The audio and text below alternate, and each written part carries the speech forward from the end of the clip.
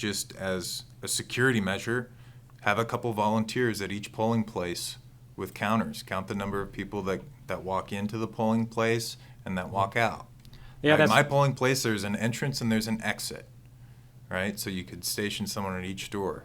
Yeah. And then, And so long as your count is, jives pretty well with whatever the official count is at that polling place, then you can at least be assured that it's reasonably legitimate. Yeah, 100%. I mean, that's that. If so, there were like what do you count, like 300, 350 wards in Milwaukee. Yeah, something like that. So you need 700 either paid campaign workers or volunteers on election day. You need two of them at every single ward, every single polling place. Yeah, with the little clicker. And so here we are, a week after the election. And had that happened, had we had independent, verifiable counts at every polling place, well, either we only count, either the counts would be off and there'd be something going on and you would know exactly where the counts were off. Or you'd be able to say, you know what, this really sucks. It's a bitter pill to swallow, but the numbers add up. Yeah. And there's really no excuse, because the other thing with that approach is they can all verify that, yep, all the ballots were loaded in the van and we're following the van and now it's at central count, so cross this one off your list. You aren't going to have any, unverified vans filled with ballots showing up in the middle of the night. Yeah. Because, maybe that 4 a.m. ballot dump was legitimate. Yeah. And if it was, you'd have two of your volunteers trailing it saying, yep, that came from Ward 222. Yeah. And if the election outcomes are legitimate and it's a bitter pill for conservatives to swallow, then you need to get to work changing people's minds. So long as you have this, veil of, the elections are rigged or influenced or manipulated in some way, I think you're sort of abdicating your duty to inform and to teach. Well, and remember, and this touches on the last thing that Hubby talked about, was trust in the elections. Because that was a hill for the Trump campaign to climb, was, hey, your vote does count and we need you to vote. Because there were a lot of people who were saying, I'm not going to vote. It doesn't even, what does it matter? It's all rigged anyway. So that was a huge obstacle going into this election. Yeah.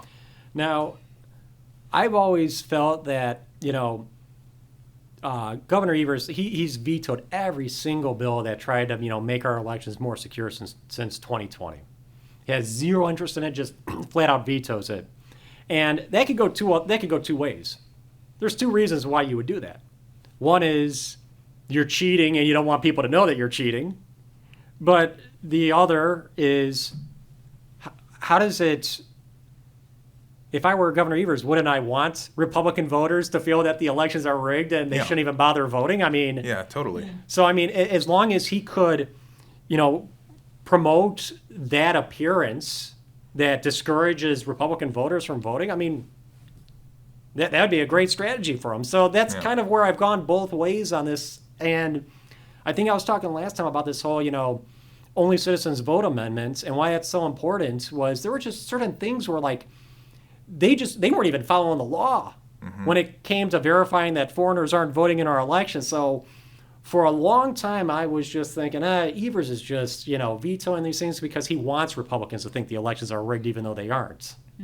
Right. But now I'm starting to have second thoughts where it's like, well, maybe there's something to the other alternative, and that's something that we're committed to getting to the bottom of here, especially now that we know where to look. We've been seeing smoke for 4 years.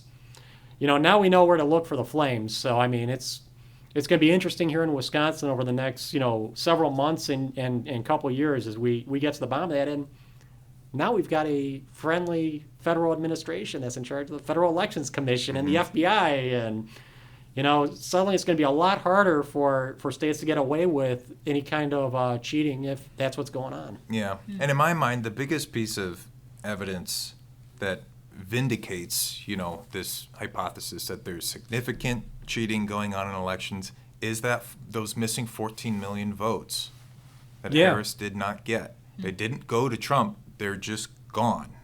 Yeah. Like, that's not nothing. That's Yeah. that's 14 million not nothings. Yeah. So, I keep seeing that graph float around on X. Just where is it? oh Yeah. yeah. How soon do you think that'll disappear?